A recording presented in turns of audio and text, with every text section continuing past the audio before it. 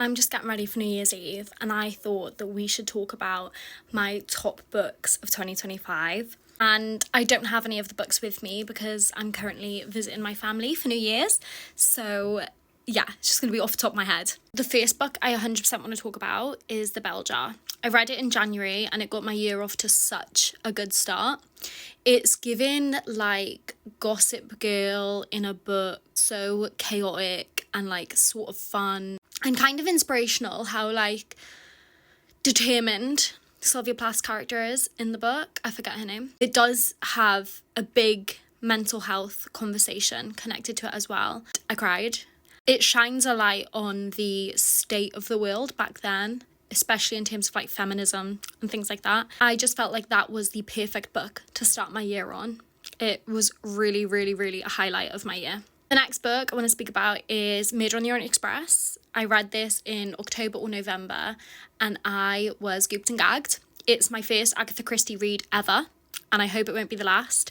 I plan to read a lot more Agatha Christie in 2026. I felt there were a few too many characters at first because now thrillers and murder mysteries have moved on so far that you don't really have that many characters anymore. But somehow, even though it all happens on a train and the murderer has to be one of the people that we are introduced to, I still didn't guess it. It was really good, and I can understand why people love her so much, and she is like the queen of the murder mystery. The next book I want to speak about is a short story, 88 pages long.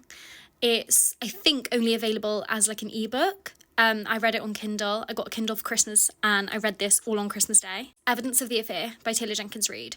It's such a small, quick read. It's essentially letters to and from some characters. The first few letters are the wife of a man who's cheating reaching out to the husband of the woman he's cheating with and explaining that she thinks she knows what's going on. Honestly, I just found it such a great little story.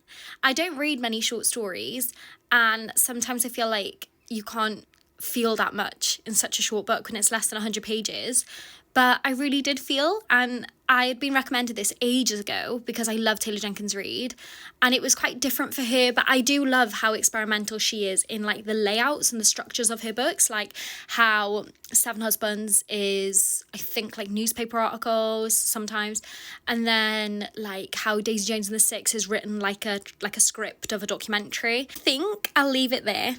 And leave you with just my top 3, I suppose. Special mention for Catabasis as well. I posted my review of that like last week. Just great books that I read this year that I just wanted to end the year talking about. Now I'm going to go for a really, really probably dirty night out with my family and friends. So I hope you have a good new year and that 2026 brings you everything you are hoping for. Cheers!